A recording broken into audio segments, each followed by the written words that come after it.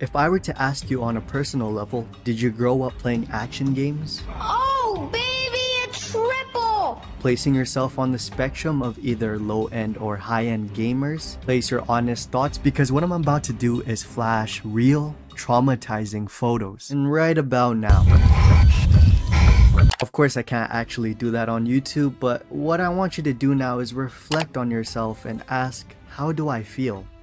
You know what you felt? Good, just hang on to it.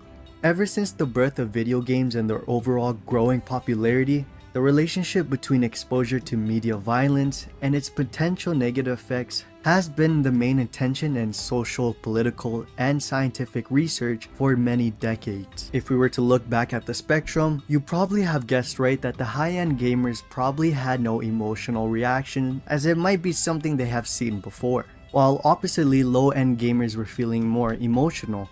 It was that in the 1990s and 2000s, the video game industry was skyrocketing, but it was also a scary moment in time. First case of violent video games and behavior was a game called Death Race, created by a company called Exidy. You put your hands on an actual steering wheel, your foot on the pedal, and you drive around killing anything in your way. It was during this time many publications were saying to ban this game. Another outrage when the game Mortal Kombat came out, presenting its first graphic violent media. Cold-blooded murder is making Mortal Kombat the most popular video game in history. Kids relish their victory and their bloody choice. Should they pull out their opponent's heart, or simply rip his head off just to see his spinal cord dangle in a pool of blood? And the fact is, this phenomenon is further portrayed into movies and shows that you shouldn't show violent media to your kids. Like Nate Jacobs, the secondary antagonist in the show Euphoria, an up-and-coming YouTube star who would sneak into watching his father's unlisted YouTube videos, getting all that inspiration and motivation, you know, the classic father and son duo. Are you sure about that? Absolutely not. In fact, what I have just told you up to now is completely false. Here, let me ask you another question. What would happen if you kept chasing fun/adventure and avoiding all frustration/challenges? Let me clear the space. In the last couple of years, we are starting to acknowledge that the perceived consensus of violent video games and physical aggression is completely wrong. A promising study in 2017 where they had participants come into the lab having high-end gamers and some non-gamers as the control group. The high-end gamers, playing up to 4 to 6 hours a day ever since they were a kid, were to be placed in an fMRI scanner and then to be shown some disturbing imagery to see how they emotionally react. What they found was quite interesting. There was actually no difference between the gamers and non-gamers. He suggested that violent media doesn't cause desensitization in any emotional level. Also in 2015, the American Psychological Association performed a meta-analysis study that combines the results of many individual studies into one larger analysis.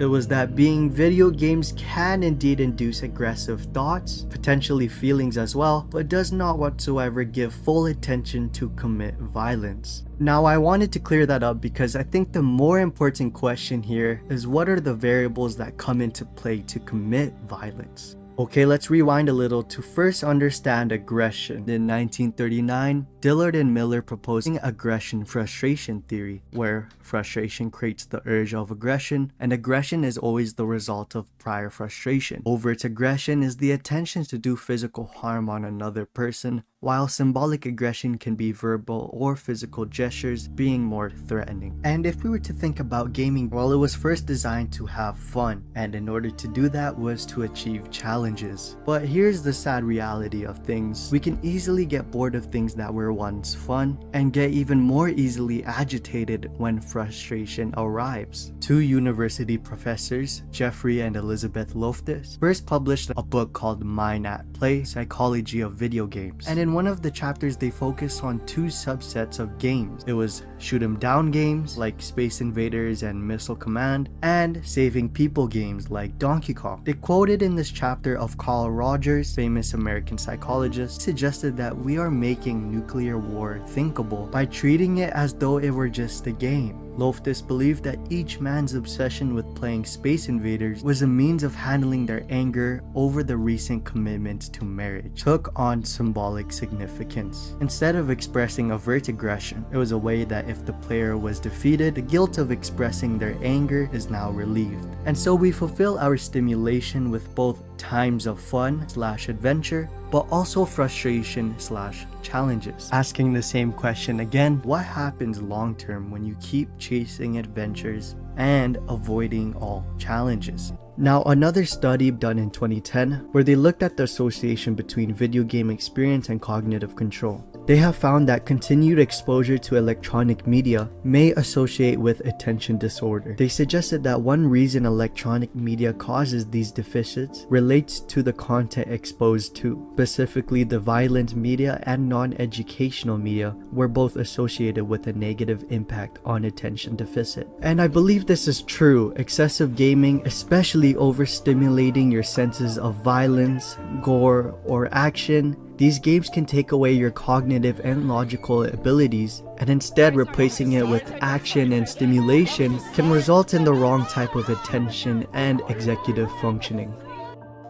Now, I really want to relate this to psychopathy, but I know it's an edgy topic, so please bear with me here. Some common features that have been researched over time, and it suggests that hyperreactive dopamine reward system or pleasure feeling system may be the foundation of these problematic violent crimes. Putting it all together, you can see how one becomes aggressive. You can very much see it in their goals and desires.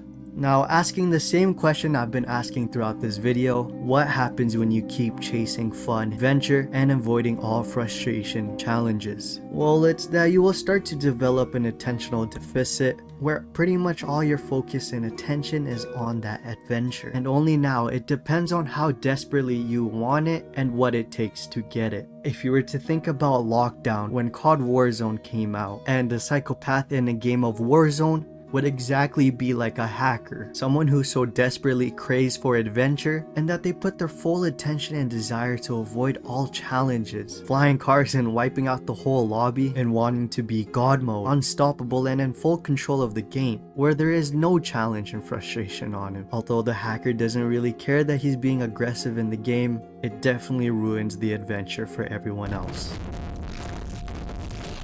And that ultimately is true aggression. And in a way, you can portray this back into real life. Anyone whose sole desire is to cheat, avoid all challenges and frustration, just wants full pleasure, well, he will do anything in his capabilities to achieve that. And that, my friends, is what you should really be careful of. I will never forget the pain that Nahiko suffered. And now, this world shall know pain.